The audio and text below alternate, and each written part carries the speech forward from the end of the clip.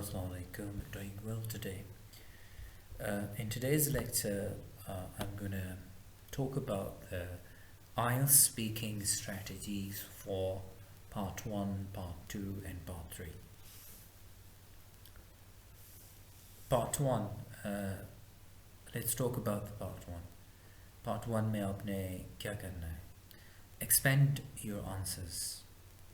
Okay, so you may get questions that only require a very simple answer. The answer may be yes or no, but you shouldn't stop there. Always expand your answers and say more. For example, does your family have any special traditions? So your answer should not be only yes, it should be yes, every year my relatives travel to my family's house to celebrate Thanksgiving. This is the first strategy, to expand your answers. The second strategy for part 1 is paraphrase the question. So it can be very helpful to begin your response by restating a portion of the question.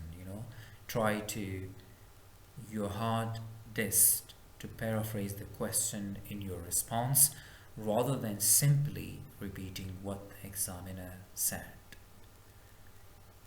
like the use of synonyms, in other words. But you can also rearrange the sentence structure. For example, this is a question: who helped you with your homework when you were in school? We have 3 different responses to these questions. The number first is a poor response. My sister helped me with my homework when I was in school. Why is it poor? Because the words and structures are almost exactly the same as the question. So there's no change of words or the use of synonyms in this response. There's another better response, that is, my sister helped me study when I had difficult assignments in school. So good use of synonyms, but the sentence structure is very similar to the question.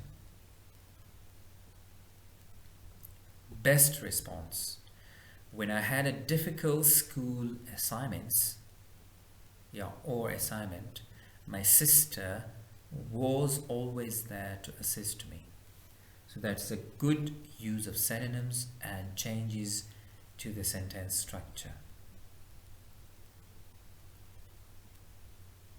Number 2, stay on topic.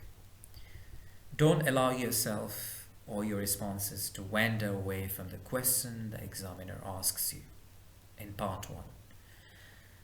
Your answers do not need to be long. A few sentences is fine, right? Sentences are fine. When you have answered a question, stop talking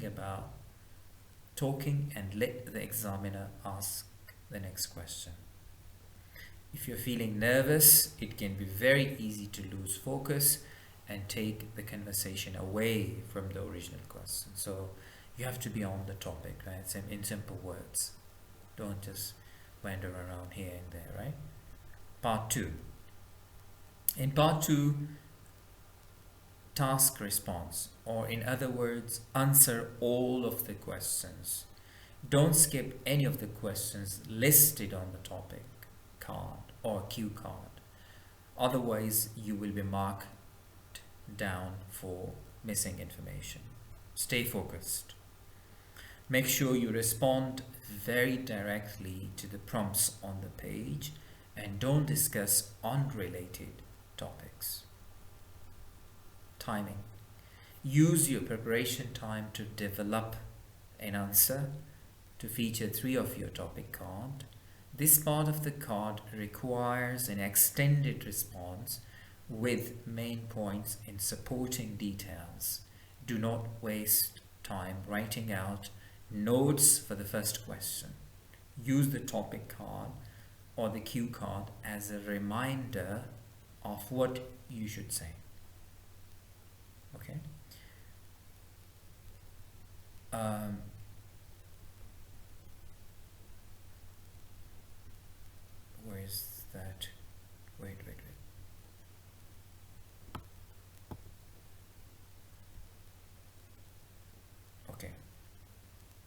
Write simple notes. Write simple notes is, for example, I'm saying right here, paraphrase. We already paraphrased the question. And simple notes are, let's come down here. Wait, just a second. Sorry for that. Okay. Timing, write simple notes. You don't have time to write about lengthy notes. Just write few points and then paraphrase. As with other section of the speaking test, make sure you paraphrase anything that is similar to the language on your topic. Okay, so paraphrasing is important. Part 3, stay what's easiest. The thing is that in part 3, questions normally require you to respond with your perspective on a topic. There are no wrong or right answers to these questions. Furthermore, keep in mind that your examiner is not grading your ideas. You're only graded on your ability to answer the questions appropriately in English. Okay? Say what demonstrate your English. In part 3, responses must always answer the questions directly and must be reasonable and logical. You're not required to express your true opinion since you don't have much time to think during the part 3. It is often better to go with the first thing that comes to your mind. Your goal should be to provide fluent responses as much as possible. Respond by discussing ideas you know how to express in English so you can display your skills. Avoid saying things that you cannot discuss fluently. Buy some time to think. Of course, brainstorming is very important. It helps you. Okay, so you need to think. There is one thing: if you don't understand the question, ask the examiner to repeat the question, but in a very polite way. For example, I want to make sure I understood the question. Could you please repeat it? Comment on the question. For example, if he or she asks you a question, you should say, "That's an interesting question." I would say that, right? Introduce your idea. I haven't considered that before, but one thing that comes to my mind is blah blah blah. Well, the first thing I would say like that. People have many opinions about that in my country. I believe that. Ask about the meaning of a word. If you hear any difficult word, uncommon words, you can ask. I didn't understand the meaning of that. Could you please explain what that word means? Just answer no matter what.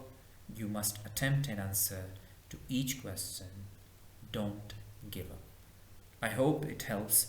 These are some strategies that will help you in your IELTS exam. Thank you very much for watching. Please subscribe, like and comment and share. See you next time.